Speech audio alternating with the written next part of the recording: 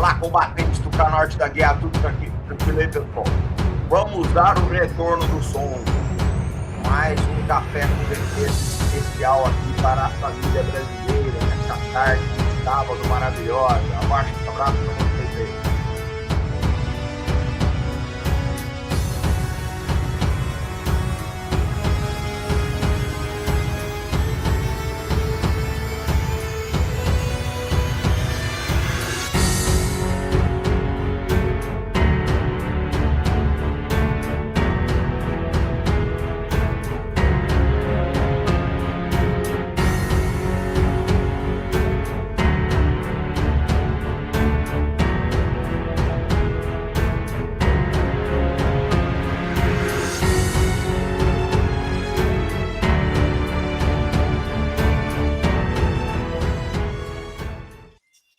E aí, gente, tudo tranquilo? Como é que você tá, Cabaé? Tudo bem?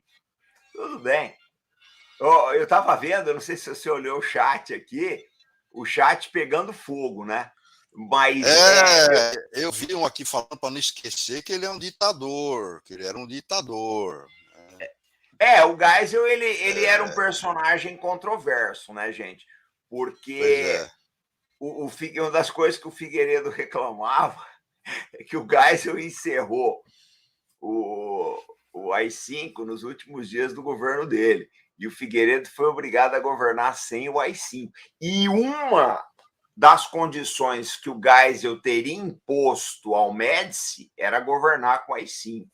Então é complicado, né, gente? É complicado tudo isso daí. É uma história assim do. Eu acho assim, nós vamos fazer essa live hoje. O Felipe está com problema na câmera aí, daqui a pouco a gente pega ele na hora que ele conseguir safar aí. Mas o que eu quero falar para vocês é que o Geisel, se vocês olharem bem, o Geisel e o Juscelino, o Geisel não estava bem nem com o Juscelino nem com o Getúlio. É um fato. Mas, de uma certa forma, ele continuou a obra do Getúlio e continuou a obra do Juscelino, que foi um governo desenvolvimentista, né? Ele foi, o Geisel não foi, acho que ele foi presidente da Petrobras, não foi, não? Foi sim. Entendia muito de petróleo. Mas é triste, né, Cabanha? Porque, na verdade, o que arrebenta o governo militar?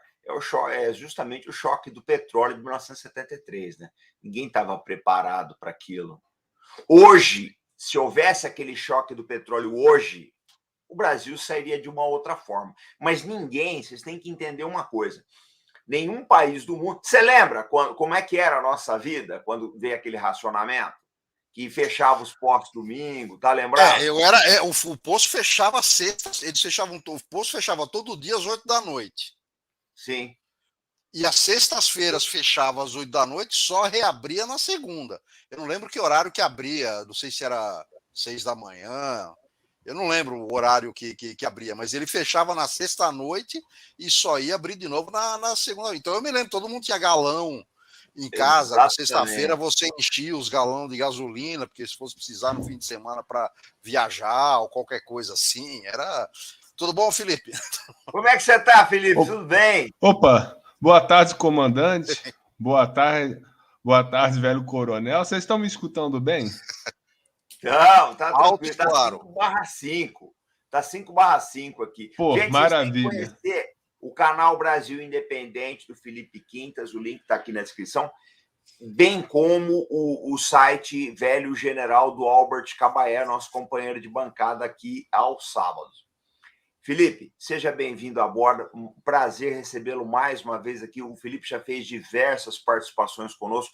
Essa semana ele lançou um vídeo excelente sobre revoluções coloridas aí. Vale a pena vocês olharem. Vale a pena vocês olharem o vídeo dele sobre revoluções coloridas, tá? Mas, Felipe, hoje o show é teu. Hoje o show é teu. Exatamente. Quero saber o seguinte: quem foi Ernesto Geisel? Você pegar aqui as opiniões do chat, tem as mais diversas possíveis, tá? Eu vi uma pessoa, não me lembro quem foi aqui, que falou, ó, vocês vão falar aí das virtudes do Geisel, mas não vamos esquecer que ele foi um ditador. Não podemos esquecer disso. São vários Agora, Geisel. eu vou só dizer o seguinte, vai ser polêmico o que eu vou dizer, mas não vamos esquecer que a ditadura militar lutava para impedir, ou seja, vou refrasear, aqueles que lutavam contra a ditadura militar não lutavam pela democracia como se diz hoje. Eles lutavam por uma outra ditadura. Então, devagar com o andor aí, porque o santo é de barro aí, tá? Exatamente. Pessoal, vamos dar um like. Vou passar o microfone aí para o professor Felipe Quintes. Felipe, está contigo. Muito obrigado, comandante. É uma honra, um prazer, uma lisonja estar aqui. Reitero as palavras do Cabalé sobre aquele momento, né? Quando nós vamos analisar um período histórico, a gente tem que tomar cuidado para termos o devido distanciamento histórico, né? Para termos uma maior objetividade sobre o período, né? Nós não vivemos hoje, nesse momento, aquele período, né? Nós não estamos no calor dos acontecimentos. Então, a gente tem que se preservar para a gente viver o nosso tempo histórico, né? Mas, então, certas paixões, certas questões a gente reserva para o nosso momento histórico, né? Mas a gente tem que analisar o passado com mais objetividade e ver no que esse passado contribuiu para o que nós vivemos hoje, né? Então, nós temos que analisar a história sobre o prisma, pelo menos é isso que eu valorizo, o prisma da construção nacional, né? E, nesse ponto, o governo Geisel, assim como o conjunto do período militar, chame-se ele de regime, de ditadura, seja lá o que, eu acho que isso absolutamente não importa, né? Acho que isso é absolutamente periférico e residual, se for ditadura ou se não for. Tem que analisar do período, sob a ótica da construção nacional. E, ao meu ver, o regime militar como um todo foi exemplar.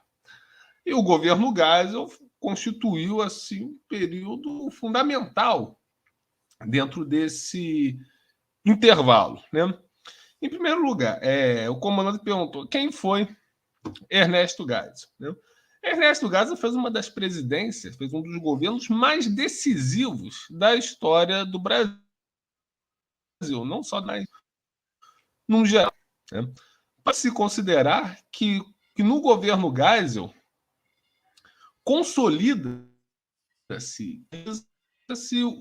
o processo de transformações estruturais iniciado com Getúlio Vargas, né?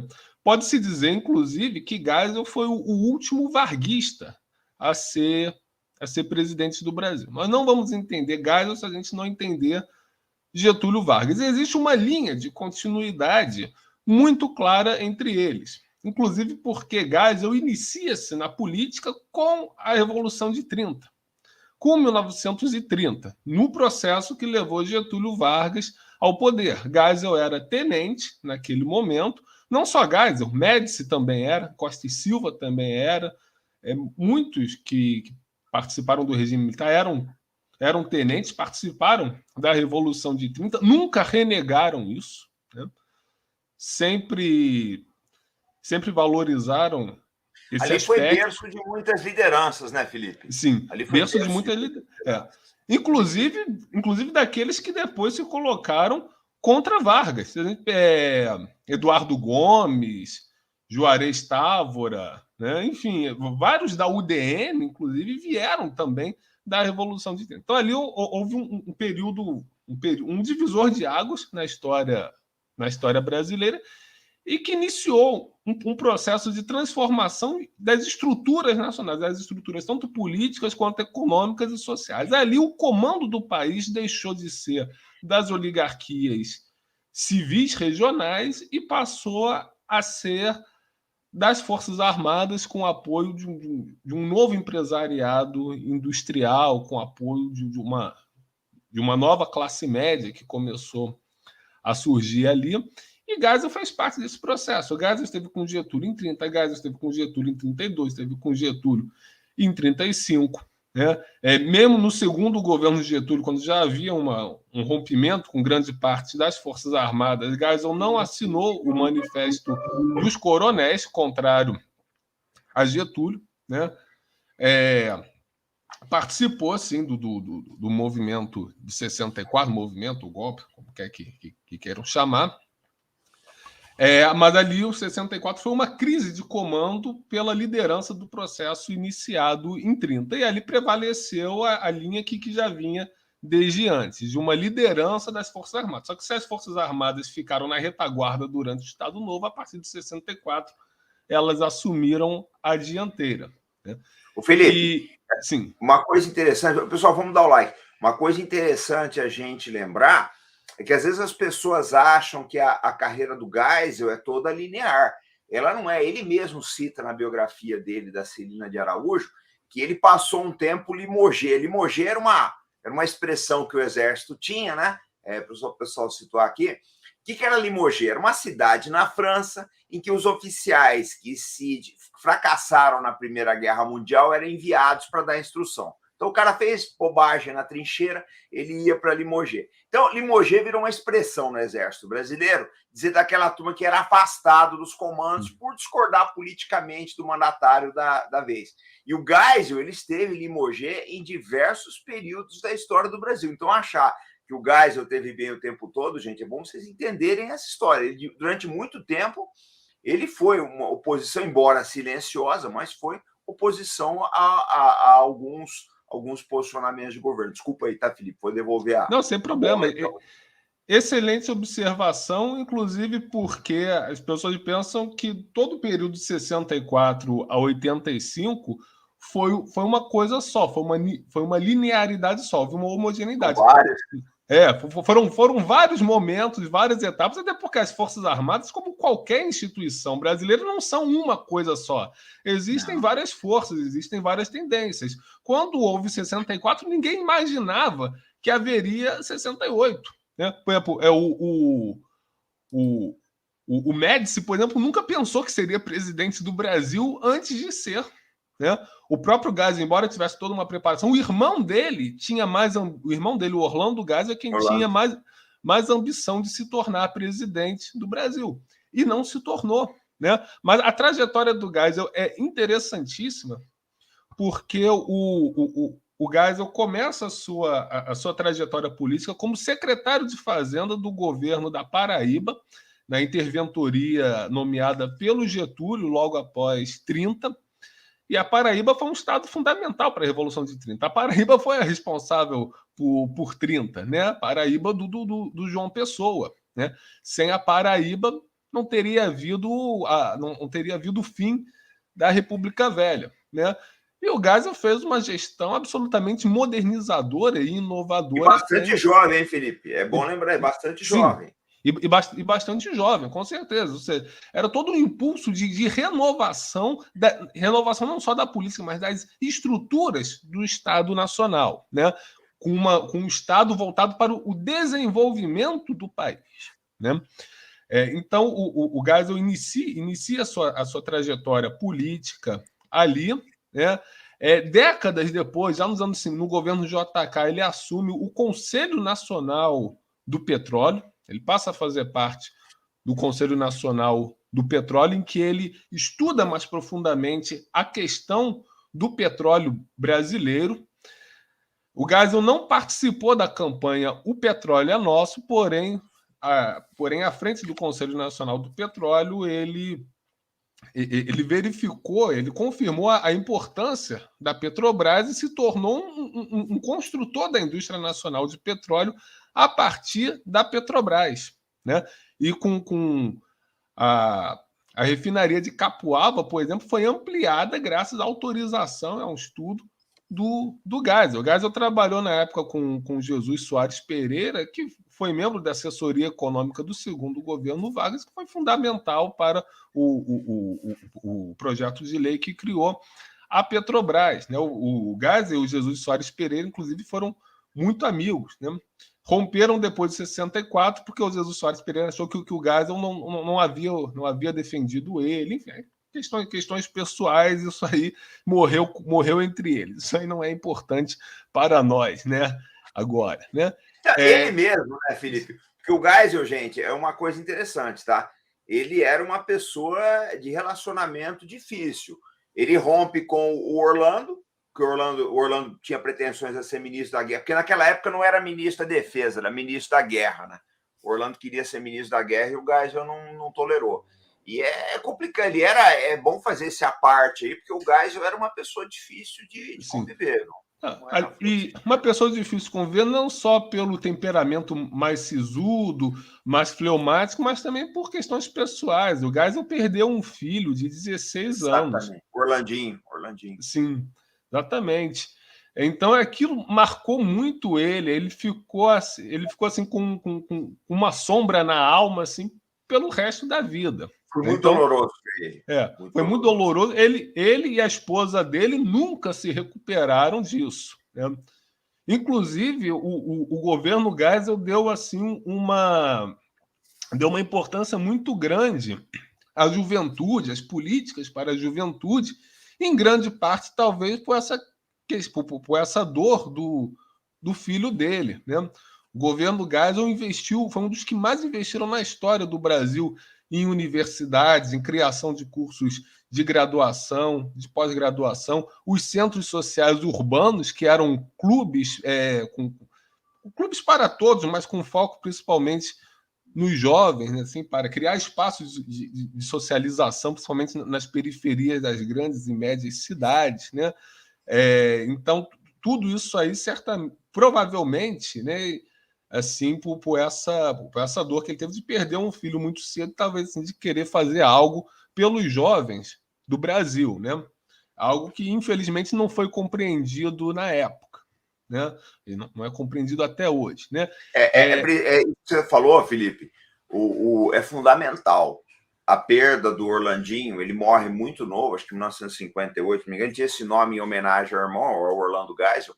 Ela mexeria com o Geisel. Assim, quem lê a biografia dele é um dos poucos momentos que ele se emociona, quando ele fala da perda do filho. Isso pesou muito, né, assim, na personalidade dele nos anos vindouros aí. Cabaé, você quer colocar alguma intervenção, camarada? Não, pode. Então tá, vou devolver. Gente, vamos dar o like. O algoritmo do YouTube tá uma porcaria. Essa live já era para estar com 3.000 pessoas, está com 800, faz parte. A gente não vai reclamar, a gente vai para a guerra do mesmo jeito. Mas vamos dar o like para vocês ajudarem aqui, prestigiarem, tá? O professor Felipe Quintas e o Albert Cabaé. Felipe, tá contigo de novo aí. Desculpa a interrupção. Exato. Aí. Não, sem problema. Interrupção sempre muito proveitosa. Então, depois de 64, o Geisel, claro, esteve ali junto com o bloco que assumiu o governo. O Geisel teve um papel fundamental para a criação da Embratel no governo Castelo Branco. A Embratel já havia sido... A criação da Embratel já havia sido assinada pelo Jango, porém faltava colocar em prática, faltava criar a empresa efetivamente. A empresa ainda não existia, a empresa era efetivamente só um pedaço de papel. A empresa foi efetivamente constituída em 1965, após uma disputa com o Roberto Campos, que era o ministro do Planejamento do Castelo Branco, né? Porque o Roberto Campos era contra a criação de uma empresa estatal de telecomunicações, porque ele entendia que as comunicações internacionais do Brasil deveriam ser feitas pela empresa americana ITT. Né? A ITT... Felipe, só mais uma parte aqui. Nós vamos ter que fazer uma live só sobre o Roberto Campos, o Bob Fields. Sim. Nós vamos ter que fazer uma live e trazer de novo aqui, Exatamente. uma live só sobre o autor de Lanterna da Popa. Mas deixa eu te fazer uma pergunta, eu queria a tua opinião. O Roberto Campos seria hoje o que é esse perfil neoliberal da Faria Lima? Qual que é a tua visão dele aí? De forma alguma. Né? O Roberto Campos era um liberal, mas ele era um construtor de instituições. Ele não era um liberal ideológico, dogmático, abstrato. Ele era um liberal que trabalhava com a realidade. Né? Eu não vou dizer assim que eu concordo com tudo do Roberto Campos. Em muitas coisas eu discordo, né? Mas não dá para... Talvez se eu tivesse vivo na época, eu estaria no campo oposto a ele em várias coisas. Mas não dá para compará-lo hoje com o pessoal da Faria. O pessoal da Faria Lima vive num outro mundo. O Roberto Campos vivia no Brasil de fato. E muitas das instituições estatais que nós temos hoje, nós devemos ao Roberto Campos, né? por exemplo, a pujança e a força das empresas estatais no Brasil veio após a reforma administrativa de 1967, que foi puxada pelo Roberto Campos, né? O Banco eu acho Central... que o grande contraste é esse, né? Se depender do pessoal da Faria Lima hoje, você vende tudo isso e pronto. Exatamente. O Roberto Campos era pragmático. O Roberto Campos ele entendia necessidades do desenvolvimento brasileiro e o que era necessário para ele ser viabilizado. Não era um vamos dogmático. trazer aqui só para fazer uma live dele. A próxima já está marcado. Vamos falar do Roberto Campos. Vou voltar para o Geisel. Já está marcado, hein, Felipe? O Geisel e o Roberto Campos tinham uma rixa pessoal, né? O Geisel dizia que se dependesse do Roberto Campos, o Vitor Civita não teria criado a editora Abril, não teria criado a revista Veja. Ele simplesmente ia traduzir a revista Time. O Geisel falava isso do Roberto Campos. Ao passo que o Roberto Campos foi quem popularizou a ideia de que o Geisel era um estatista, que criava o estatal a rodo, que não é verdade, né? O Geisel não era estatista, o Geisel não achava... Essas alfinetadas são deliciosas para a gente entender a história. Exatamente. Eles tinham uma rixa pessoal, em grande parte porque o Geisel recusou a nomeação do Roberto Campos para o Ministério da Fazenda. Preferiu o Mário Henrique Simons, que também era um liberal pragmático, na linha do Roberto Campos, mas era um quadro assim, que tinha menos força, né? O Geisel de fato, ele era mais centralizador. Ele não gostava de delegar muito poder aos ministros. Ele gostava mais. É engraçado. Deixa eu só te falar uma coisa aqui, só para citar o pessoal. Essa live, Felipe, eu já vi que não vai esgotar o assunto, a gente vai ter que fazer outro. Claro. O Geisel gostava muito de uma frase, se não me engano, era do Afonso Pena, eu não lembro de quem era essa frase, mas que dizia o seguinte: os meus ministros fazem tudo o que eles querem, menos o que eu não quero. Ele usava sempre essa frase. Meus ministros fazem tudo o que eles querem, menos o que eu não quero. Sim, exato, porque ele tinha a responsabilidade do estadista, de alguém que se responsabiliza pelo destino da nação. Então, ele não queria terceirizar a responsabilidade, ele queria assumir a responsabilidade por aquilo que deveria ser feito. E essa postura foi fundamental num momento extremamente difícil para o Brasil e para o mundo, que foi a crise do petróleo. Mas antes de chegar lá, vou só completar aqui a trajetória pré-presidencial do Geisel, né? Então, o Geisel era aliado do Castelo, e o Geisel influenciou fortemente o Castelo a criar a Embratel para uma empresa brasileira, uma empresa estatal, construir a rede de telecomunicações do Brasil com o exterior, né? Tanto é que já em 1969 a Embratel já estava com as suas antenas aqui para transmitir as comunicações do Brasil. O Roberto Campos defendia que isso fosse feito pela ITT.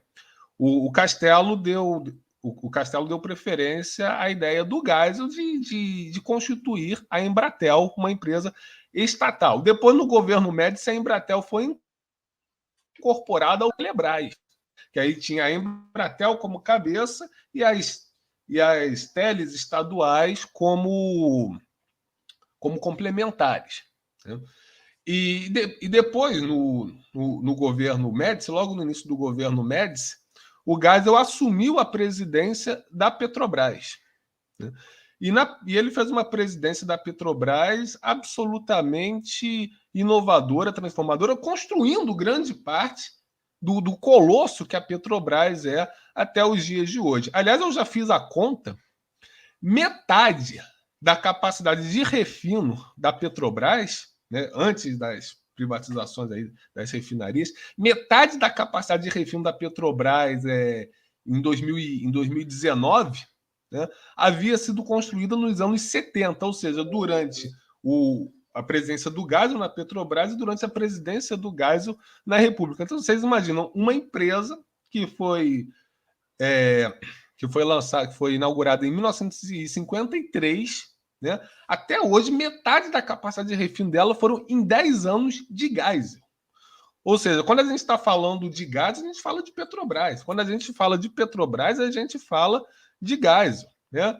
Não foi só o parque de refino, foi a expansão da petroquímica. A Petrobras entra pesado no setor da petroquímica, a expansão internacional da Petrobras com a Braspetro, que foi criada em 1972, e depois a Interbras, em 1976, que foi um instrumento diplomático do Brasil de aproximação com o mundo árabe, no momento que o Brasil precisava tanto adquirir petróleo quanto também exportar manufaturados, né? O plano de saúde dos funcionários da Petrobras, a AMS, foi constituído em 1970, 1971, durante a presidência do Geisel na Petrobras. Até esse plano de saúde existe até hoje. Então, o Geisel transformou a Petrobras.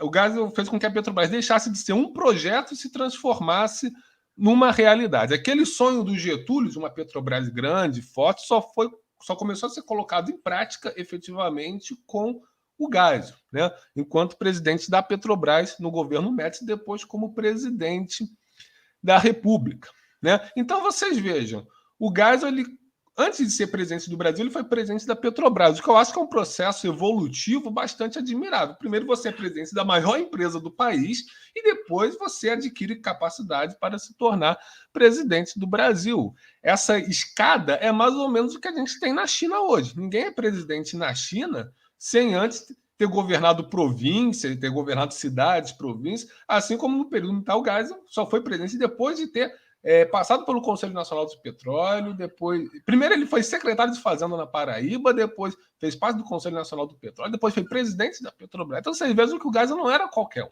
né? O Geisel, ele tinha o tino do estadista, ele tinha o preparo do estadista. O Geisel não caiu de paraquedas na estudar, né, Felipe? Ele gostava muito de estudar, lia muitos relatórios. Lia muito. Na entrevista que ele deu, ele fala que os autores que mais o influenciavam foram o Alberto Torres e o Oliveira Viana, que são dois dos principais pensadores nacionalistas do Brasil.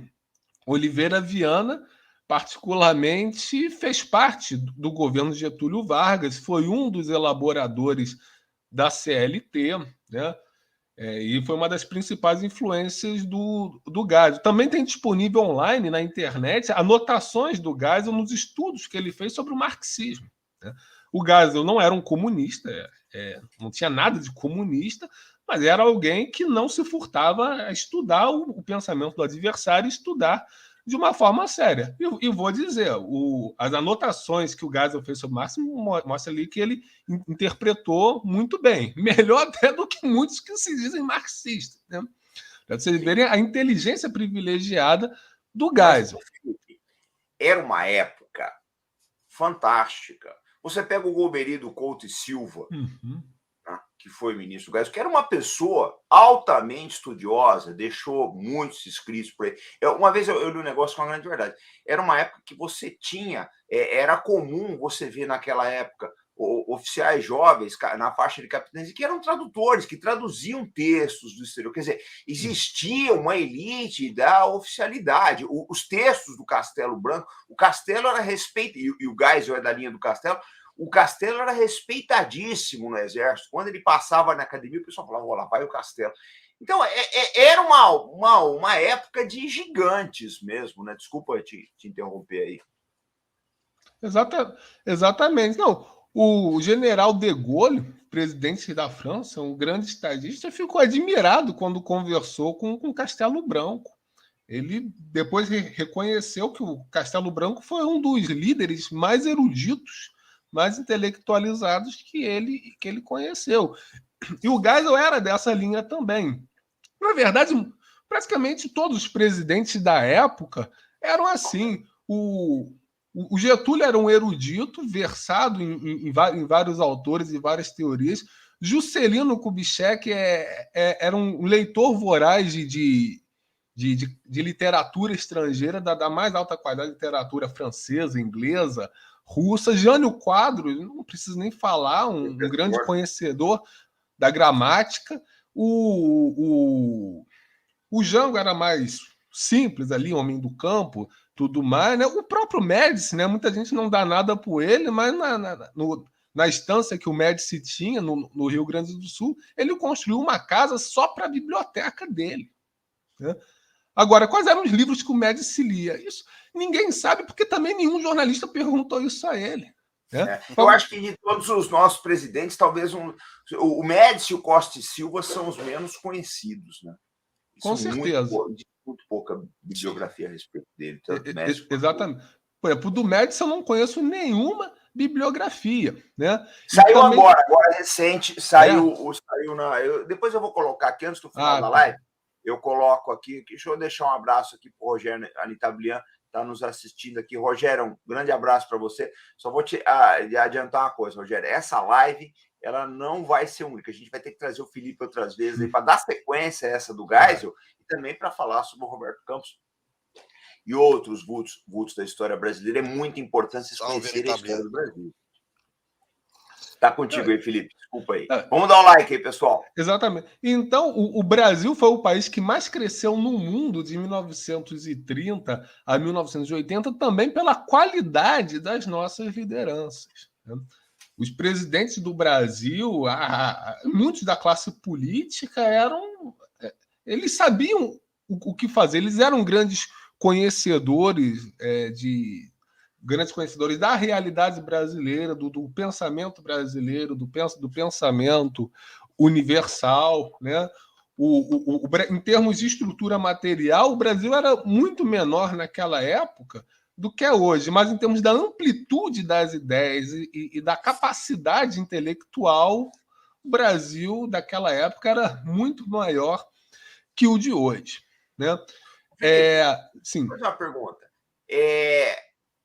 Você acha que se não tivesse acontecido o choque do petróleo a partir de 73, a presidência do Geisel seria outra? Qual que é a tua visão do impacto do choque do petróleo nos anos Geisel? O impacto do choque do petróleo foi decisivo para todas as políticas centrais do governo Geisel. O segundo Plano Nacional de Desenvolvimento, né? E aqui a gente tem que situar. O que era o Plano Nacional de Desenvolvimento? Era o planejamento brasileiro, né? Hoje em dia o Brasil não tem planejamento, né? Quer dizer, na verdade, desde o terceiro Plano Nacional de Desenvolvimento, que não foi tanto colocado em prática assim, do governo Figueiredo, mas desde aquela época que o Brasil não tem planejamento nacional. Então, quando a gente olha a China, a gente vê aí os planos quinquenais da China, né? O Brasil já teve isso. O Brasil tinha isso na época, né? E o símbolo era o Plano Nacional de Desenvolvimento. Teve o primeiro PND, que foi no governo Médici, de 72 a 74. Teve o segundo PND, que foi quinquenal, né? Igual que tem na China hoje, né? Que foi do governo Geisel. E todo o segundo PND levou em consideração a realidade internacional do choque do petróleo. Porque é o seguinte, a gente se acostumou a ver o Brasil como um país petroleiro, mas isso é muito recente. Isso, em grande parte, se deve ao governo Geisel, porque, na época, o Brasil importava mais de 80% do petróleo que ele consumia. Isso é um dado central. Se a gente não entender isso, a gente não entende absolutamente mais nada. O Brasil praticamente não explorava petróleo offshore, praticamente não explorava petróleo em água, nas águas marítimas. Isso só pode começar a ser explorado por conta da conquista das 200 milhas marítimas no governo Médici, que o Brasil peitou os Estados Unidos porque os Estados Unidos não queriam não queriam que o Brasil tivesse as 200 milhas. O Brasil peitou os Estados Unidos e venceu na ONU pelo direito de ter as 200 milhas, né? Então, sem as 200 milhas que foram conquistadas no governo Médici, a gente não teria a bacia de Campos, a gente não teria o pré-sal, a gente não teria nada disso, né? Ou seja, o que está sustentando a balança comercial brasileira atualmente vem em parte da conquista das 200 milhas e em parte também da criação da Embrapa, também no governo Médici, né? Mas aí o Médici saiu, entrou o Geisel, e o Geisel é que estruturou tudo isso, né? Então, o Brasil importava 80% do petróleo. E o preço do petróleo quadruplicou da noite para o dia. Sendo que o Brasil já tinha toda uma estrutura urbana movida a petróleo, né?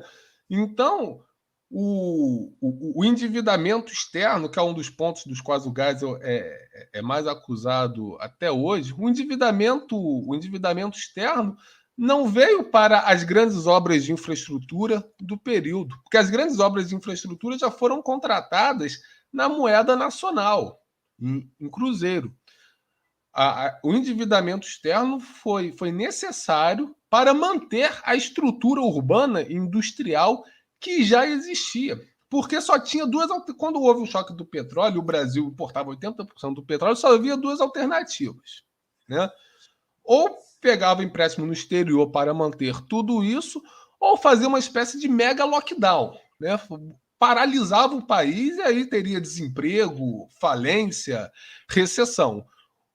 O Roberto Campos, por exemplo, defendia essa segunda opção, que o governo desacelerasse o país para adaptar o consumo energético à capacidade de importação de petróleo. O Geisel falou, eu não posso fazer isso, porque se eu fizer isso, o Brasil estará condenado. O Brasil não pode se dar o luxo de fazer isso, ainda mais porque o Brasil vinha de taxa de crescimento de 11% ao ano, na época do milagre econômico. Não podia dar uma ruptura com isso. Ainda mais porque a Arena tinha tomado uma paulada na eleição para o Senado em 74, então havia também uma questão de legitimidade política, né? O regime militar precisava que o Brasil continuasse crescendo para que o partido governista não fosse apiado do poder, né? Então houve tanto o comprometimento do estadista de ter uma visão de país, de um país que ainda deveria se desenvolver, quanto também uma necessidade pragmática eleitoral. Houve a junção das duas coisas, né? E o que o Brasil fez para superar esse gargalo, né? Em vez de uma recessão, ele apostou no desenvolvimento da estrutura produtiva. Em que sentido? No sentido de completar o ciclo de substituição de importações que havia sido iniciado no governo Vargas, a partir do crescimento da indústria pesada, das indústrias de base. Então, no governo Geisel, seguindo o governo Médici, o governo Costa e Silva, no governo Geisel foram ampliadas as siderúrgicas. Foi inaugurado o terceiro alto forno da CSN, a Usiminas foi duplicada, a Álcalis foi duplicada. A Petrobras expandiu bastante o seu parque de refino, a refinaria Presidente Getúlio Vargas, a Repar, né, que foi vendida agora no governo Bolsonaro, foi inaugurada no governo Geisel, em homenagem a Getúlio Vargas. O Geisel também não foi no governo Geisel também que começaram os acordos, o acordo nuclear com a Alemanha para construção. Exatamente. Por quê? Por conta do objetivo de diversificação da matriz energética. Porque já que o petróleo estava caro, o Brasil deveria apostar em outras fontes de energia. Então o Brasil apostou na energia nuclear, para isso fez o acordo com a Alemanha, já que a Alemanha oferecia melhores condições de transferência de tecnologia, porque o Brasil tinha um acordo militar com a Westinghouse, dos Estados Unidos, mas a Westinghouse não transferia tecnologia.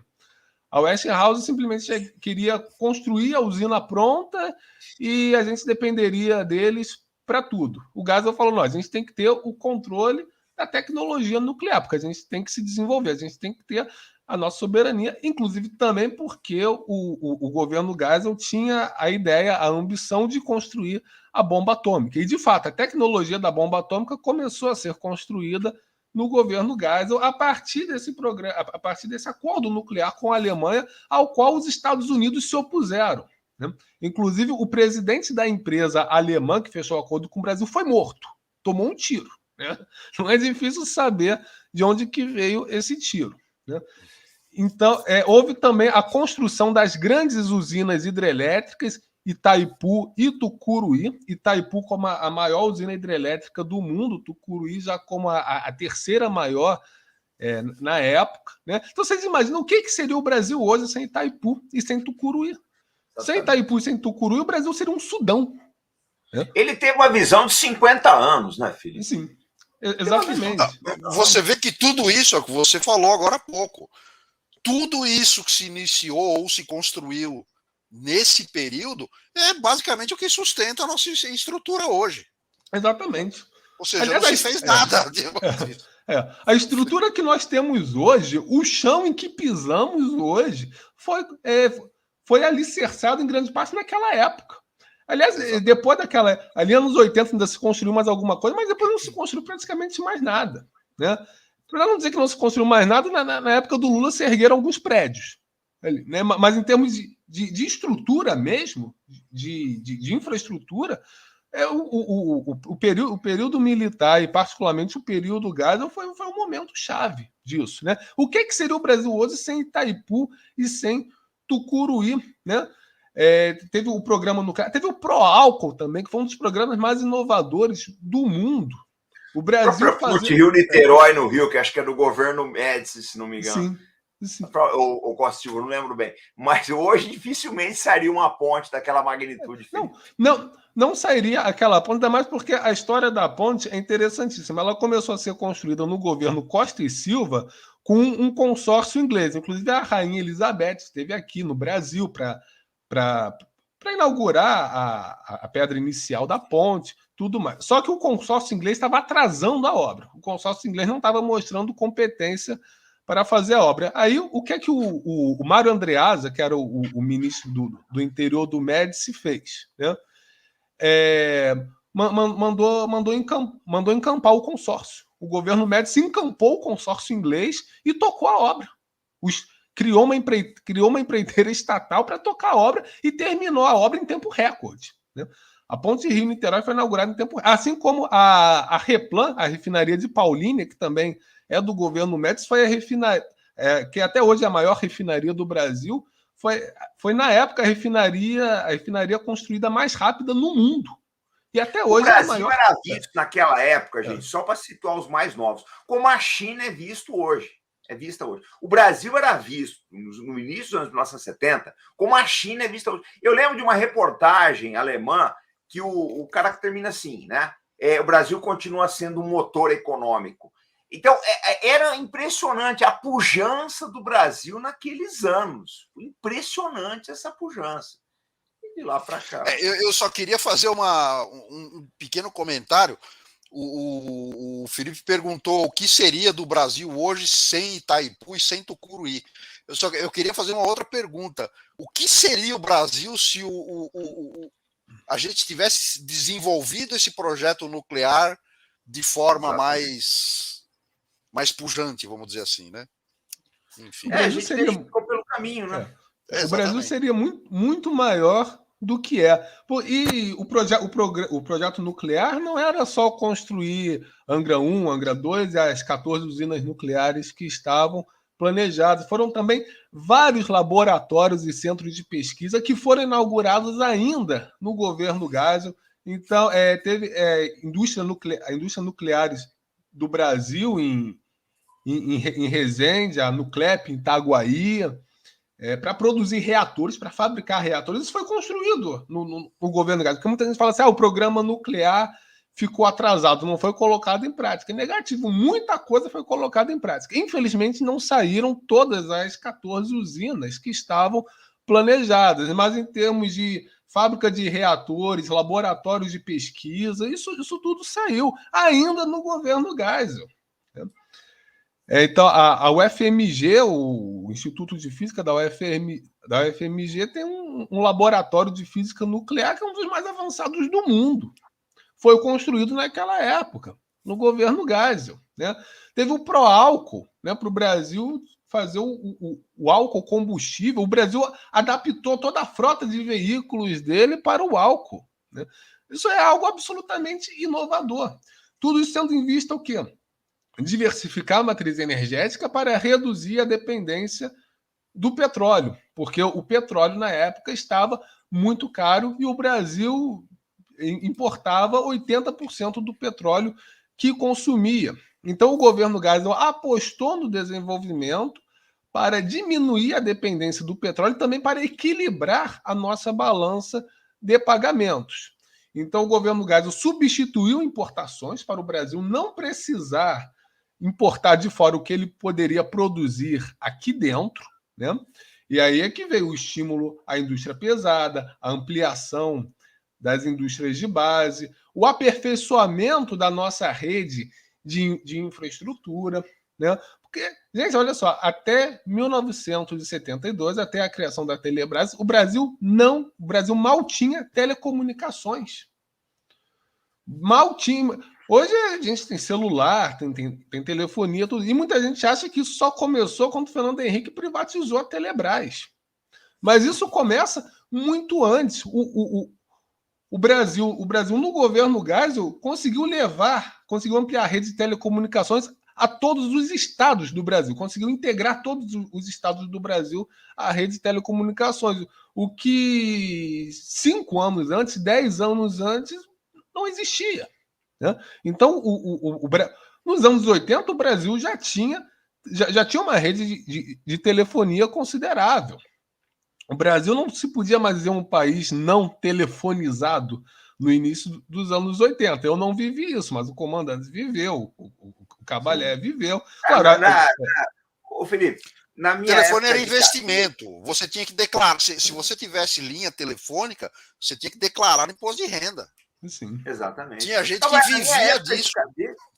Era um inferno para ligar para casa. A gente sofria muito para ligar para casa. Exatamente. Né? Agora, começando ainda as coisas. Hoje as pessoas não têm ideia. Você alugava a linha telefônica. Tinha gente que vivia disso. O cara tinha 10, 15 linhas telefônicas e alugava linhas telefônicas. E o cara vivia disso. Ainda era muito rudimentar, mas já havia uma integração de telecomunicações em todo, porque o Brasil só tinha começado efetivamente havia muito pouco tempo, e só começou graças aos investimentos estatais da Embratel, que garantiu que o Brasil visse a Copa de 70 em cores, que a Copa de 70 fosse transmitida em cores aqui, e depois, quando a Embratel foi incorporada no sistema Telebrás. Então, o Brasil só começa a estruturar sua rede de telecomunicações em meados dos anos 70. O Brasil estava muito atrasado a esse respeito. Então, quando essas dificuldades nos anos 80, porque o Brasil ainda estava engatinhando nessa questão. O Brasil começou muito tardiamente, mas o governo Geisel deu grandes passos nesse sentido, inclusive porque uma das determinações era que todo o material de telecomunicações fosse fabricado dentro do Brasil. Então, assim como também da expansão da Eletrobras, a preferência era que os materiais fossem fabricados dentro do Brasil. Então, isso estimulou bastante a indústria brasileira, e isso foi decisivo no momento em que o Brasil precisava equilibrar sua balança de pagamentos, ou seja, industrialização por substituição de importações, e as empresas estatais foram grandes agentes dinamizadores do desenvolvimento do setor privado, inclusive. É bem outra coisa. O Geisel, os militares, nenhum deles pensou em substituir o setor privado pela empresa estatal. Não era isso, mas eles sabiam que para haver os investimentos estruturantes e para impulsionar o setor privado, somente o Estado poderia assumir aquela direção. E foi isso o que eles fizeram, e fizeram, ao meu ver, com muita competência. Né? E a gente tem que lembrar que o Geisel ficou 5 anos no governo. A gente fala, às vezes, do governo Geisel como se ele tivesse ficado 30 anos. É que ele fez tanta coisa, parece que ele ficou 30 anos. Mas ele só ficou 5 anos. Imagina fazer tudo isso em 5 anos. O que um presidente hoje faz em 4 anos? Né? Na época, em 5 anos, você construiu um país. Né? Então, o ritmo, a densidade era muito maior. Né? Então, o governo Geisel foi caracterizado pela consolidação do Brasil como país industrial. No governo Geisel, o Brasil realmente tornou-se um país industrializado, em que a indústria era o centro da acumulação, era o centro do desenvolvimento. Inclusive, foi no final do governo Geisel que o Brasil deixa, pela primeira vez na história, de ser um país primário exportador, porque a maior parte das exportações brasileiras passa a ser de produtos manufaturados. E para isso foi muito importante a Petrobras por conta da Interbras, uma subsidiária de comércio exterior criada no governo Geisel para fazer a mediação de compra de petróleo com os países árabes, para o Brasil obter petróleo de uma forma mais fácil. Então, o que era feito? A Interbras comprava petróleo dos países árabes e, em compensação, mediava, incentivava a exportação de produtos manufaturados do Brasil para os países árabes. Então, a exportação da indústria brasileira é alavancada nesse período graças à atuação da Interbras. Teve a COBEC também, a Companhia Brasileira de Entrepostos Comerciais, que tinha sido criada no governo Médici, que também foi fundamental para colocar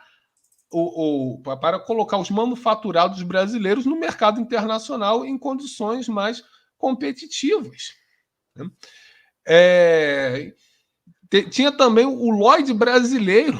Pouca gente lembra do Lloyd brasileiro, mas o Lloyd brasileiro, que era uma empresa estatal, foi fundamental para fazer o frete internacional dos produtos industriais brasileiros.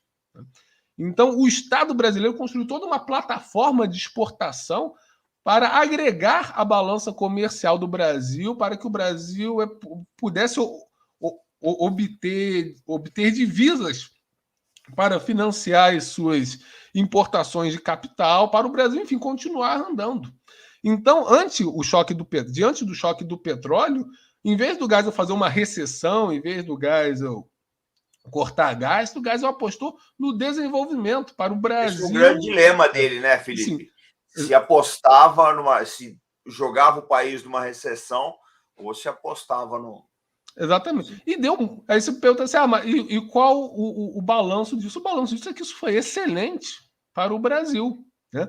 Teve a dívida externa, mas a dívida externa não foi culpa do Geisel, né? O crédito internacional estava barato na época e o Brasil precisava daquilo para continuar andando, porque o Brasil ainda importava 80% da sua produção de petróleo. Mas se o Brasil hoje não é um país endividado, se o Brasil hoje não precisa se endividar no exterior para se sustentar, isso se deve ao governo Geisel, porque foi no governo Geisel quando a Petrobras fez os grandes investimentos em exploração de petróleo em águas profundas, na qual a Petrobras, inclusive, se tornou liderança internacional, se tornou vanguarda internacional, e desse modo o Brasil descobriu a Bacia de Campos em 1974. O pré-sal foi descoberto no início dos anos 80. Né? Só foi divulgado depois, ficou como segredo de Estado. Né? Aí, só no governo Lula, quando já havia condições para ser explorado, é que aí o Brasil divulgou ao mundo. Mas o pré-sal foi descoberto no início dos anos 80. Né? Então, tudo isso posicionou o Brasil como um país produtor de petróleo, o que até então ele não era. Né? E outra coisa também, o agronegócio foi resultado também dos investimentos estatais que começaram no governo Médici, mas ganharam maturidade e consistência no governo Geisel. Sob a batuta do ministro da Agricultura, Alisson Paulinelli, que é o pai do agronegócio brasileiro. Então, a Embrapa fez investimentos pesados para transformar o Cerrado, que até então era uma área considerada desértica e infecunda, numa das áreas mais produtivas do mundo. Isso foi feito no governo Geisel. Né? E o que é que está sustentando a balança comercial do Brasil nos últimos 20 anos? Petróleo e agronegócio. Né? Ou seja, se o Brasil hoje tem reservas internacionais, é por conta dos excedentes obtidos com a exportação de petróleo e do agronegócio, que só se tornaram uma realidade no governo Geisel, porque até então o Brasil nem produzia petróleo e nem explorava o Cerrado. Então, se hoje o Brasil é um país com alguma margem de soberania financeira, isso se deve ao governo Geisel. Então, o Geisel atuou como estadista, porque o estadista não governa só para o presente, ele governa para o futuro também. Né? O Geisel não governou pensando só para as gerações da época dele, ele governou pensando para os momentos de hoje. Né?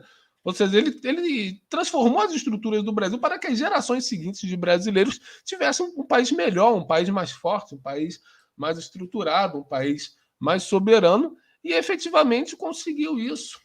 Aí vai ter gente perguntando assim, tá aí no social, o que é que o Geisel fez? O Geisel fez coisa pra caramba no social também. Foi um dos governos que mais investiram no âmbito social, porque diferentemente da direita de hoje, que acha que tudo que é social é comunista, tudo que é social é do Foro de São Paulo, a antiga direita tinha uma preocupação social muito grande, não só o Geisel, vários outros também. Mas o governo Geisel, em particular, teve uma preocupação social bastante consistente. A Previdência Social conhece uma ampliação gigantesca no governo Geisel, né? O SUS começa efetivamente a ser estruturado no governo Geisel com a criação do Sistema Nacional de Saúde. A criação do INAMPS, né? O Serviço Médico da Previdência Social, foi criado no governo Geisel. E depois muitos hospitais que vieram a ser do SUS eram hospitais do INAMPS. As férias de 30 dias é uma conquista do governo Geisel, porque até então as férias eram de 20 dias remuneradas. Com o Geisel passa a ser de 30 dias. Houve, como eu já comentei, os centros sociais urbanos, que eram clubes nas áreas periféricas das grandes e médias cidades, muitos deles funcionando até hoje. São as únicas opções de lazer em muitos lugares, construídos no governo Geisel. O seguro para o seguro acidentes para os trabalhadores rurais veio no governo Geisel também. Grandes projetos de saneamento básico capitaneados pelo BNH. Só no governo Geisel, o BNH construiu mais de 1 milhão de moradias. 1 milhão de moradias nos 5 anos do governo Geisel. Aquilo era um marco para a engenharia de construção civil brasileira. Fora que o BNH não construía só os imóveis, o BNH construía rede de saneamento, o BNH construía escola, construía hospital, construía posto de saúde, construía os serviços de utilidade pública, enfim, o BNH construía toda a estrutura urbana que era necessária. O BNH fez uma reforma urbana no Brasil e isso ganhou um incentivo muito grande no governo Geisel. Obras de saneamento, de combate a doenças, de vacinação, nos rincões do país mesmo. Programa o Instituto Nacional de Alimentação e Nutrição também foi criado por volta dessa época também para criar uma política alimentar no Brasil de combate à fome, principalmente nas áreas mais distantes do país. Enfim, houve muitas realizações, muitos projetos, muitas coisas que foram feitas. Outra coisa interessante também, o salário mínimo no governo Geisel, ele cresceu acima da inflação e acima do que era pedido pelo DIEESE. Ou seja, o salário mínimo no governo Geisel teve ganhos reais, que era uma crítica que era feita aos governos anteriores, que eles não reajustavam o salário mínimo, o que não era verdadeiro, ou não era totalmente verdadeiro, porque tinha que se lembrar que o salário mínimo na época ainda não era unificado, só passa a ser unificado em 84. O salário mínimo ainda era regionalizado. Então, o que é que os governos... Sim. Não, conclui o salário mínimo, eu queria que você entrasse numa coisa importantíssima, que é a política externa do governo. Sim, eu ia perguntar sobre a política externa. Exatamente. Mas deixa eu concluir isso. Exatamente. Então, o salário mínimo ainda era regionalizado e os governos militares eles começaram a aproximar os valores do salário mínimo, porque o salário mínimo que se ganhava no Rio, em São Paulo, era muito maior que o que se ganhava no Piauí. Então, o que os governos militares começaram a fazer? Davam aumentos maiores para o Piauí e não aumentava tanto de Rio e São Paulo. Então, foram aproximando. No governo Geisel, todos eles passaram a ter aumentos, mas também nesse sentido de se aproximar. Tanto que ao final do governo Geisel, o salário mínimo já estava praticamente unificado. Então, não é verdade que houve arroxo salarial no período, né? Mas pergunta aí sobre a política externa. Então, a gente queria que você falasse... Deixa eu só dar um abraço aqui para o pro Lopes, tá? Ela tá dizendo que precisamos fazer esse revisionismo. Exatamente, a gente procura mostrar todos os lados da história. Gente, eu tenho visto aí, vamos dar o like, vamos ajudar o canal. Eu tenho visto aí muita gente, o pessoal quer torcer, quer condenar. Eu acho que o maior problema, quando você faz julgamento da história, você não está estudando ela. Você está dando vazão às suas emoções. Aquilo que se faz é estudar a história, é mostrar as realizações do governo Geisel. Mas, enfim, Felipe, eu queria saber de você o seguinte. O Geisel tem 2 reconhecimentos polêmicos no governo dele, né, na política, entre outras atitudes aí do governo na política externa. Um foi o reconhecimento da China, o outro da vitória do MPLA lá em Angola. Eu queria que você falasse um pouco da política externa do governo Geisel. Um pouquinho ele já falou que é a questão das 200 milhas que peitou os Estados Unidos, né? Exatamente. Mas as 200 milhas em si foram no governo Médici. Né? O Geisel transformou essas 200 milhas em aproveitamento econômico com a exploração de petróleo. Né? A política externa do Geisel ela foi o que se chama de política externa independente, ou seja, de projetar o Brasil como uma potência autônoma, né? Como um país que não estava debaixo do guarda-chuva de nenhuma outra potência, nem da União Soviética e nem dos Estados Unidos. E foi uma política externa também que serviu para impulsionar o desenvolvimento interno, uma vez que a indústria brasileira naturalmente tinha dificuldade para concorrer nos mercados mais desenvolvidos, no mercado americano, no mercado europeu.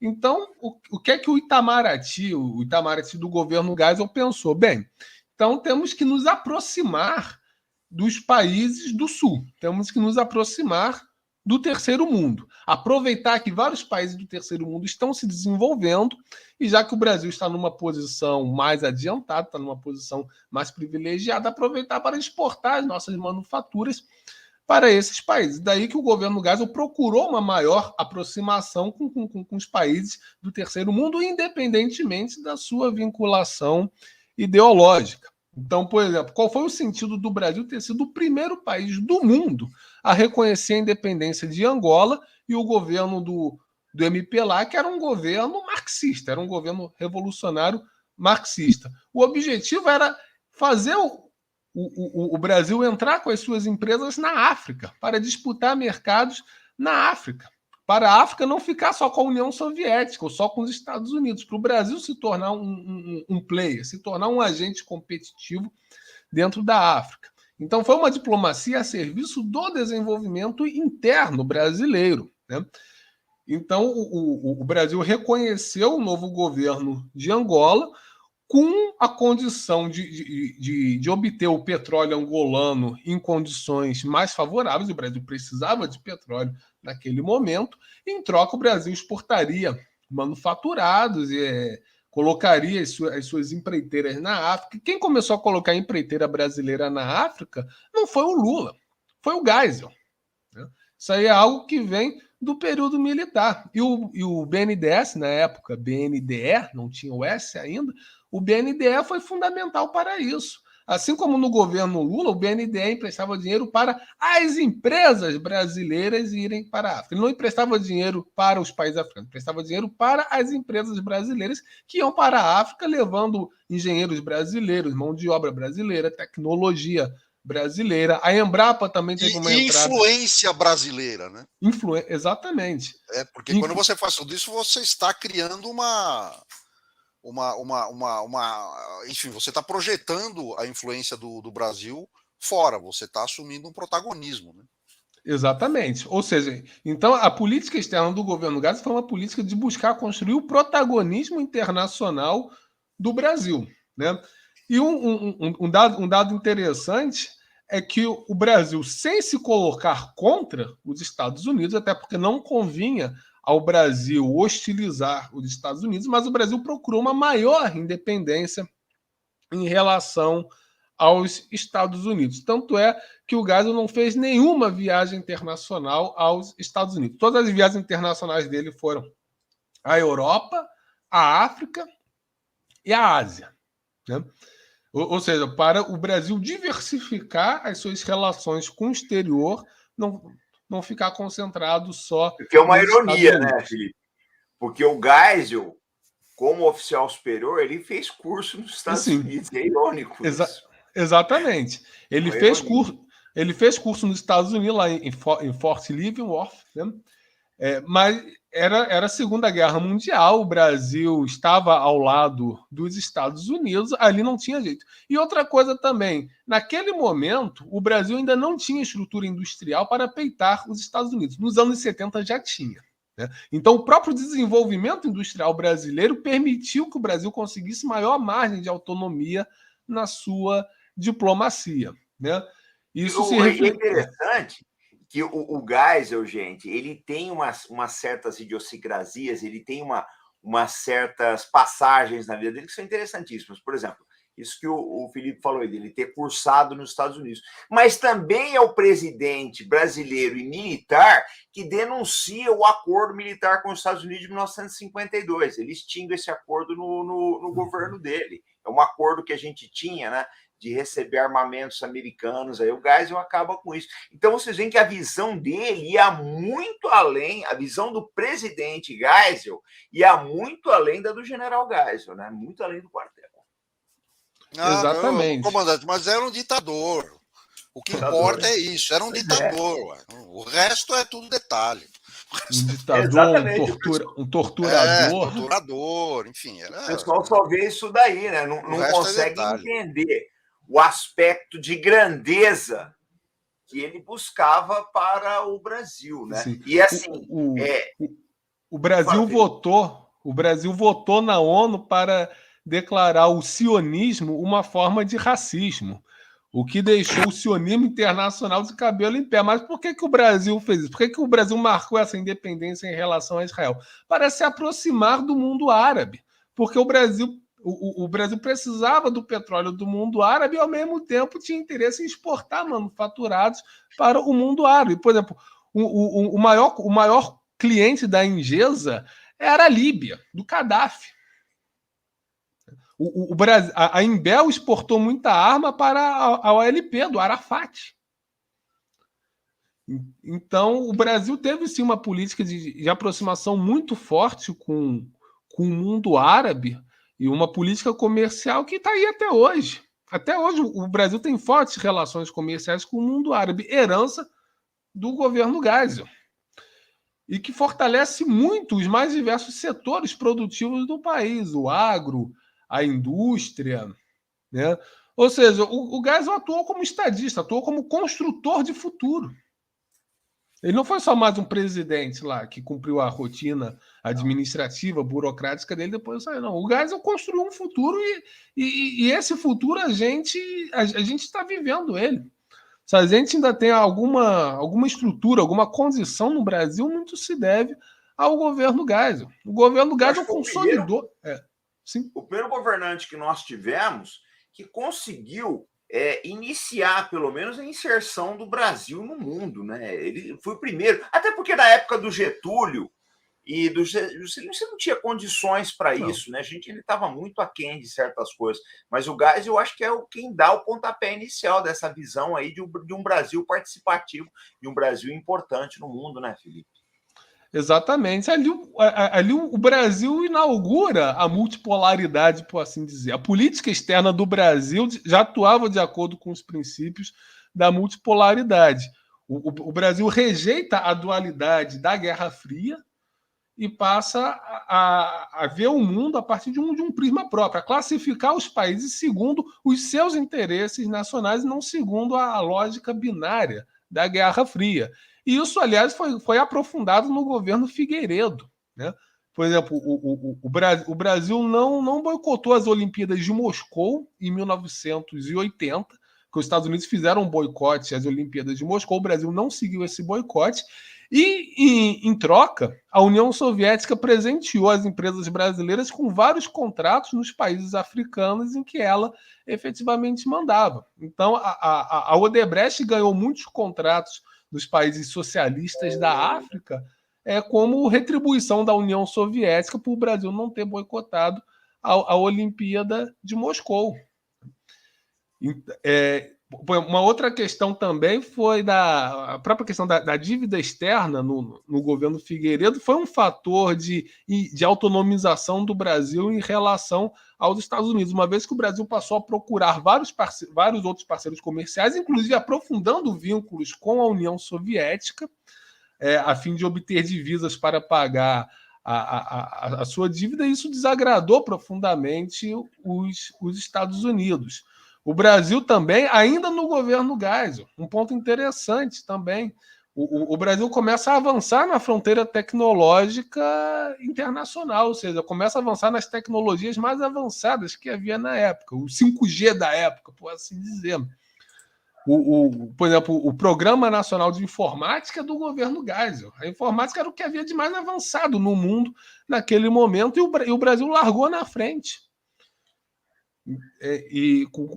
Com o incentivo do governo Geisel, que criou a Cobra, a Companhia Brasileira de Computadores, né? Depois o Figueiredo cria a Reserva de Mercados de Informática, muito polêmica, mas que deu continuidade a isso que foi iniciado no governo Geisel, justamente para o Brasil ter uma inserção mais autônoma no cenário internacional. Porque um país, qualquer país, ele só pode ser forte internacionalmente, só pode ser forte nas relações internacionais se ele for economicamente forte, né? Uma diplomacia forte precisa de uma economia forte. E uma economia forte precisa de desenvolvimento, precisa de indústria, precisa de tecnologia. E o governo Geisel criou todas as condições políticas e institucionais para favorecer esse desenvolvimento interno. Ele não foi estatista, mas ele colocou o Estado como planejador brasileiro para favorecer o setor privado nacional, né? E abriu o mercado externo para o setor privado nacional a partir da política externa independente. Então, o governo Geisel, ele consolida a obra iniciada em 30. Ele aprofunda e consolida isso que foi iniciado em 30. Então, pode-se dizer que o Geisel foi a era Geisel, o governo Geisel foi o ápice, o apogeu da era Vargas. Getúlio Vargas ainda sem estava... um não teria havido outro, né? Sem um não teria havido outro. Por exemplo, Geisel foi o apogeu da era Vargas. E outra coisa interessante também, a inserção internacional do Brasil não foi só econômica, foi também cultural. A Embrafilme, que era uma empresa estatal de cinema, ganhou um impulso enorme, inclusive colocando os filmes brasileiros no exterior. A Globo difundiu a ideia errada de que a Embrafilme só produzia pornô chanchada. A Embrafilme nunca produziu pornô chanchada. As pornô chanchadas eram todas de produtoras privadas. A Embrafilme produzia filmes históricos, produzia filmes com base na literatura brasileira. E a Embrafilme ganhou muita verba para colocar os filmes brasileiros nos festivais internacionais, e vários desses filmes foram premiados internacionalmente. Ou seja, então a cultura brasileira passa a ser projetada, ou seja, o Brasil passa a projetar o seu poder brando no mundo. Soft power, exatamente. O seu soft power no mundo, né? Então foi um momento decisivo para a construção. A Funarte, então, a Funarte foi criada no governo Geisel também, né?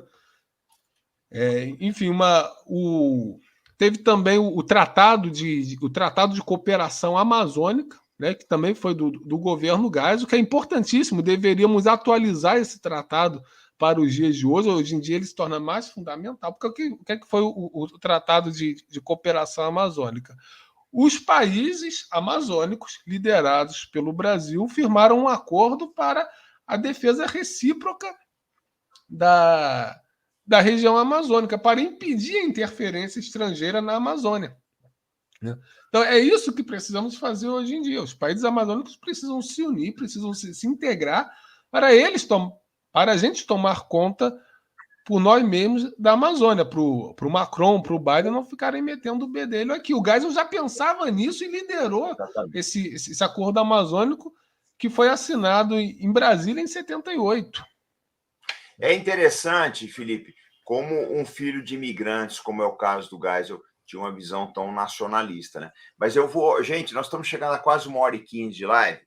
Eu vou passar para o Cabaé para ele fazer as considerações finais, depois eu vou passar para o professor Felipe Quintas para ele fazer o encerramento aqui conosco. Eu já quero lembrar o seguinte, essa vai ser a primeira de uma série, a gente vai trazer o Felipe para falar outras vezes aqui do Geisel, porque nós precisamos falar aí do relacionamento dele com os militares, que foi complicado. Em outubro de 77, nós quase tivemos um golpe de Estado no Brasil, e a gente precisa falar também da construção, né, da candidatura do Figueiredo. A gente vai deixar para uma segunda live. Então, eu vou passar para o Cabaé. Cabaé, tem novidade do velho general essa semana?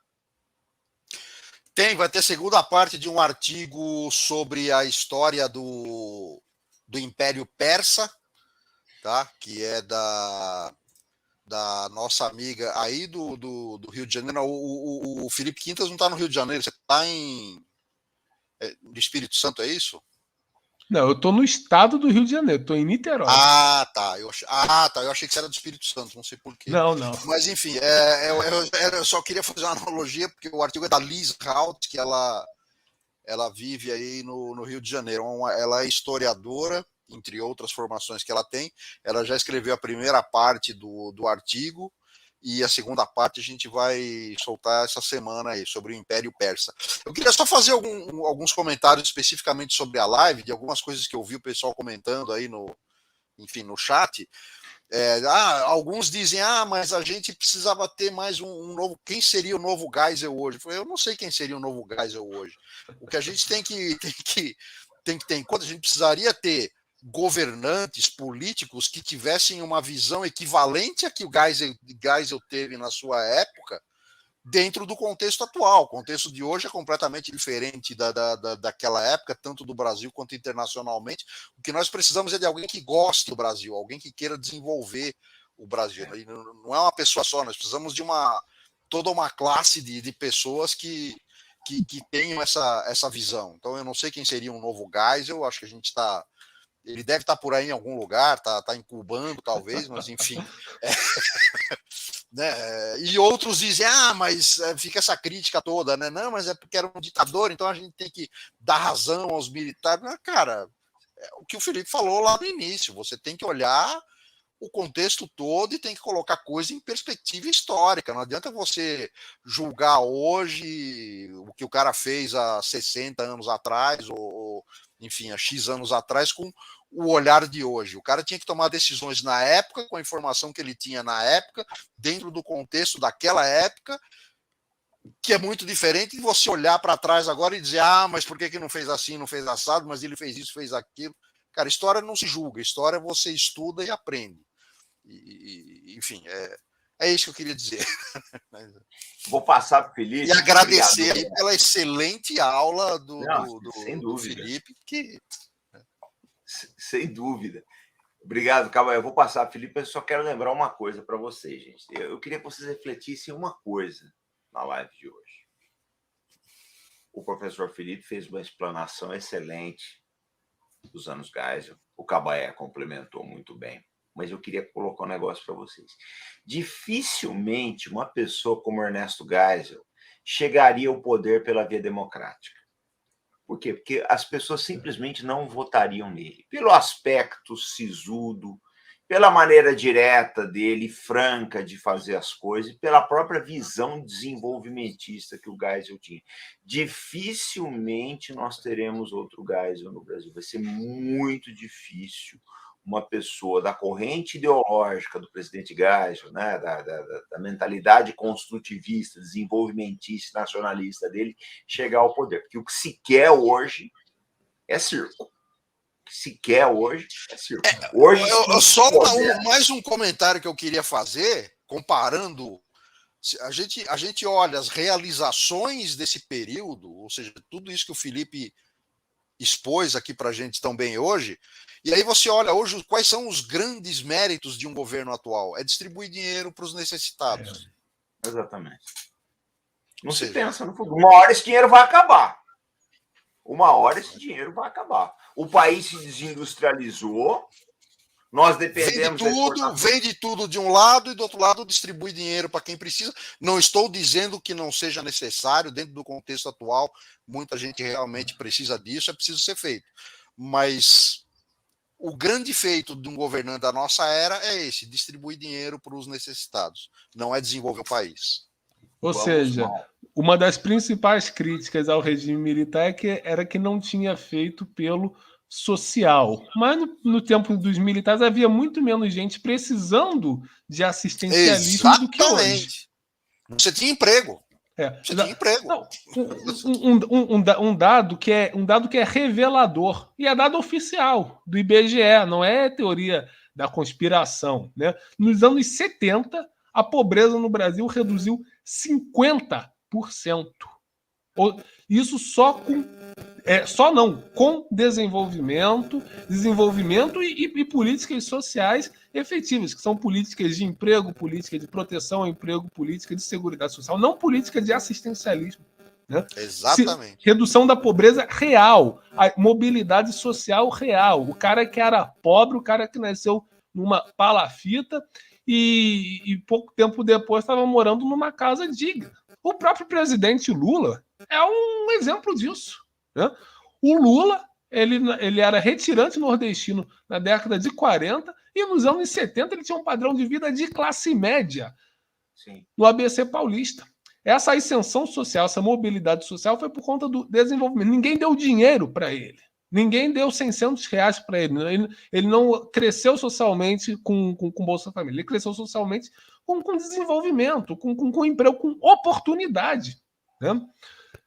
Viabilizados por um Estado planejador, por um Estado efetivamente nacional. E por governantes que estavam preocupados em estruturar o país para o futuro e não em ganhar voto no curto prazo distribuindo dinheiro. Não era tipo político lá, apresentador Silvio Santos, quem quer dinheiro. Não era isso. É política séria, política pensando no futuro do país. E as condições sociais do país, claro, ainda havia muita coisa para ser melhorada. Né? Muita coisa, até porque a história é um processo de construção cumulativa. Mas em termos sociais, pelo que eu vejo, pelo que eu analiso, a situação social da época era bem menos ruim que a de hoje, porque as pessoas conseguiam se sustentar com emprego, com salário, com aquilo que elas mesmas construíram para elas. A concentração de renda hoje é brutal a nível mundial, Sim, Felipe.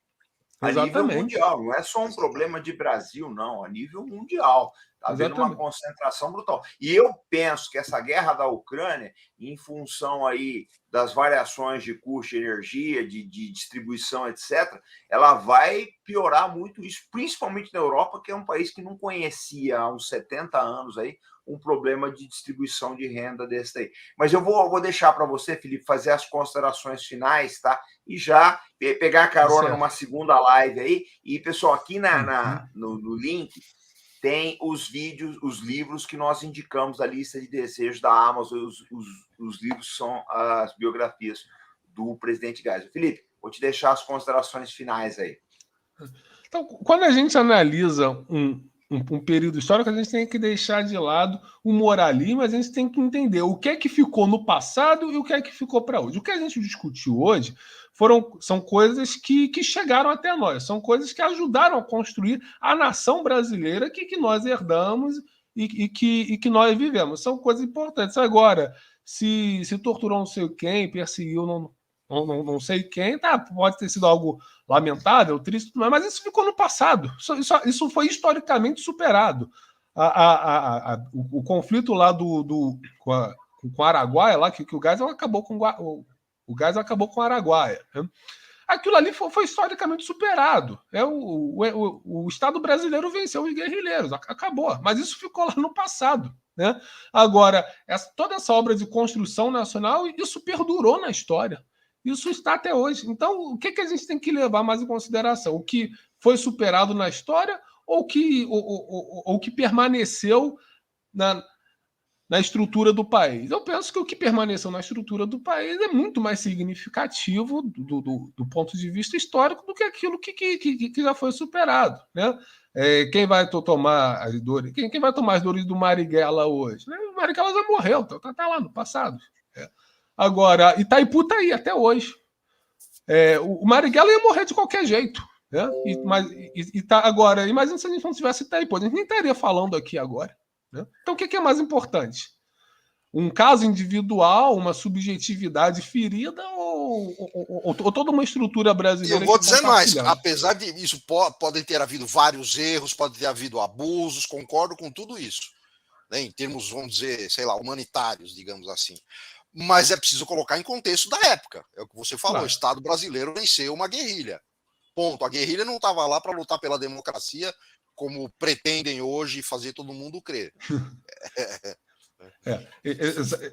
Exatamente, né? E será que essa guerrilha teria capacidade de construir tudo isso que o Geisel construiu? Tudo bem, é uma pergunta contrafactual, mas eu acredito que não. Né? Eu acho que foi um período bastante positivo e muita coisa que temos hoje se deve àquele período. Né?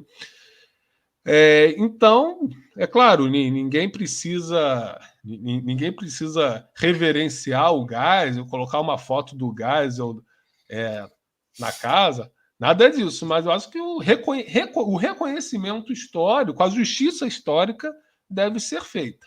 Né? E aprender com isso, né? Aprender com isso, até mesmo para termos referenciais.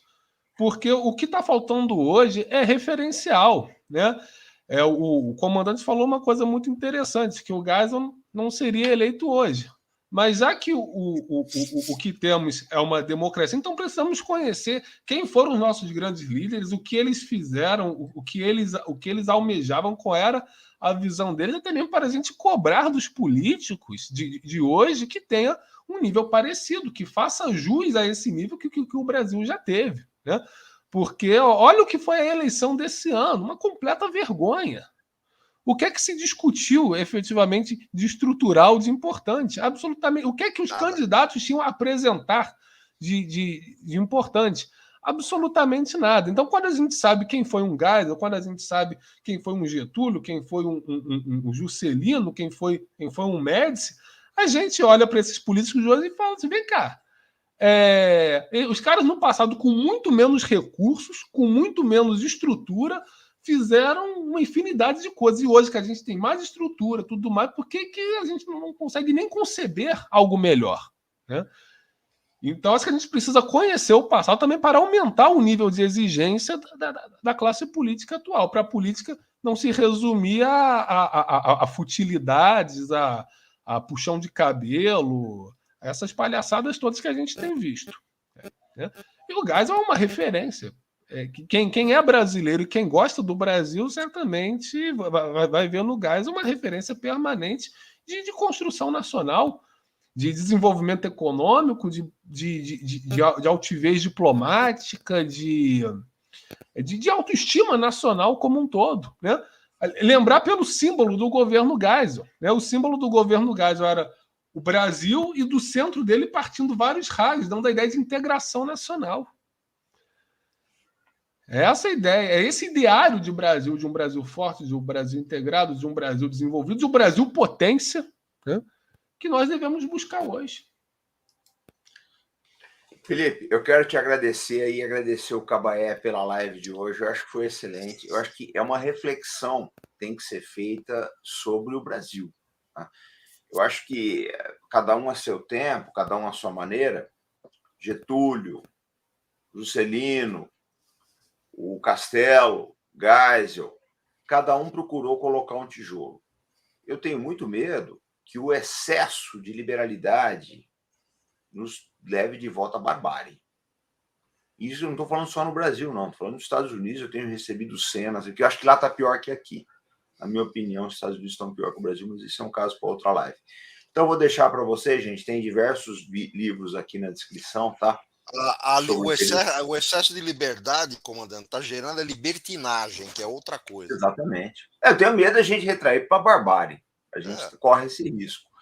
Mas eu queria também pedir para vocês se inscreverem no blog Velho General do Albert Cabaé. Vamos fazer a inscrição lá, tá? Vale a pena, os artigos são de excelente qualidade. E o canal Brasil Independente do professor Felipe Quintas. Felipe, você está com o seu livro aí? Tá fácil aí para gente?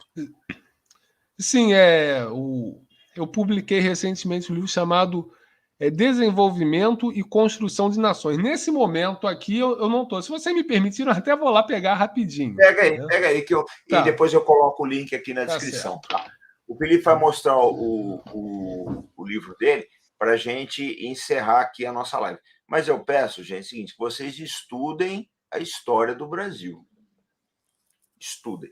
E não adianta querer comparar a história do Brasil à luz dos acontecimentos de hoje. Eu falo sempre, quando alguém começa com esse papo para mim, não, porque fulano era isso, era aquilo, eu já sei que eu estou diante de um imbecil. Porque você querer comparar, né, a mentalidade hoje de um Tomé de Souza da vida, que governou o Brasil 500 anos atrás, não dá para comparar. Eu não posso me comparar com o meu avô, ele viu o mundo de uma outra forma. Então, eu acho uma imbecilidade, esse revisionismo histórico é de uma imbecilidade enorme. Mas, Felipe, mostra aí o seu livro. Sim, publiquei recentemente esse livro, Desenvolvimento e Construção de Nações, pela editora Clube de Autores. Né? Como o título deixa claro, esse aqui é um livro que explica o desenvolvimento a partir de um prisma nacionalista. Né? Não é um prisma apenas econômico, não é um prisma economicista, mas é um prisma o que o desenvolvimento colabora para a construção de nações. Eu pego desde a antiguidade, desde o Egito Antigo, até os dias de hoje, tanto a história quanto as teorias do desenvolvimento. Né? Inclusive com exemplos e abordagens inéditas, inovadoras, que não existem em outros livros em português. Então, eu não falo só de Japão, tigres asiáticos, que são os casos mais comentados de desenvolvimento. Eu falo, por exemplo, da China, da dinastia Han, da Antiguidade, que criou a primeira Rota da Seda. Eu falo do Império Persa, eu falo do Império Bizantino, eu falo das políticas mercantilistas na Europa que lançaram as bases da Revolução Industrial, né, da Prússia de Frederico II, da Alemanha de Bismarck, dos Estados Unidos do século XIX, dos Estados Unidos que se industrializaram, ultrapassaram a Inglaterra e se tornaram a maior potência do mundo. Eu falo do Brasil de Getúlio, do Brasil do período militar também, da Argentina de Perón, do México de Cárdenas. Enfim, são vários exemplos, várias abordagens, abordagens teóricas. Por exemplo, quase não se fala do nosso Adriano Benayon, grande economista nacionalista, que era assessor econômico do Enéas. Eu faço uma análise da obra dele no meu livro, né, do filósofo brasileiro Álvaro Vieira Pinto, um grande pensador do desenvolvimento, do sistema americano de economia política, que não tem nada a ver com o liberalismo, né? O sistema americano de economia política protecionista, nacionalista, integrador, que foi quem lançou as bases teóricas para o crescimento industrial, para a emergência dos Estados Unidos. Falo da China de hoje, enfim. Então, eu pego inúmeros exemplos para mostrar como, ao longo da história, o desenvolvimento é um instrumento político para construir nações, construir civilizações, construir impérios, para dar a base material sobre a qual todo um povo vai viver e estabelecer os seus modos de vida. Eu vou colocar depois o link aqui na descrição, tá, Felipe? O livro está à venda na editora Clube de Autores e também está à venda na estante virtual, está à venda nas Americanas, está à venda no Submarino. E também tem a versão e-book.